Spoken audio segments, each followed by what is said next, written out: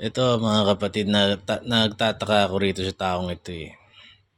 Sabi niya, okay lang daw kahit wala tayong Pope na Pinoy. May Pinoy naman daw tayo sa ICC at sana madagdagan pa. Sa pagkakaalam ko, itong si Luke Espiritu na kandidato ng mga Makabayan Black, etc. Ito ay abogado eh. Para magbigay ka ng statement na ganyan na ikaw ay abogado, yan ay malaking insulto sa legal profession. Bakit ka mo? Unang-una, kung talaga may pagkakasala si PRRD, ay dapat kinasuhan siya sa Court of Law dito sa Pilipinas. Number 1, gumagana naman ang ating judicial system. Kahit anong sabihin mong mga anomalya, ako hindi naman ako satisfied, pero gumagana.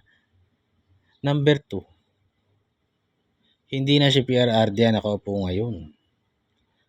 Malakas na administrasyon ang nakaupo ngayon. So we cannot say na hindi gagana ang korte just because si Duterte siya.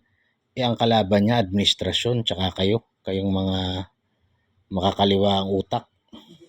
O di dapat panalo kayo, mas makapangyarihan kayo ngayon eh. Ikatatlo, abogado ka, Brad.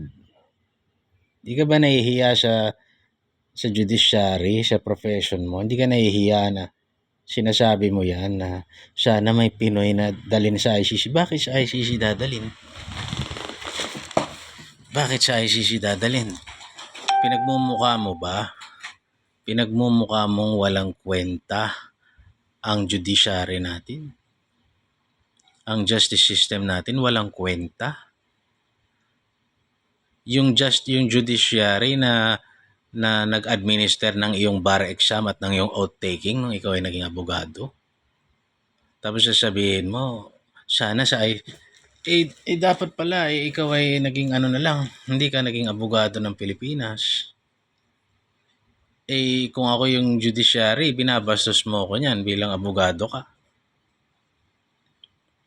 Sa totoo lang hindi ko nga alam bakit walang ginagawa sa ako. That's an insult dun sa ating justice system.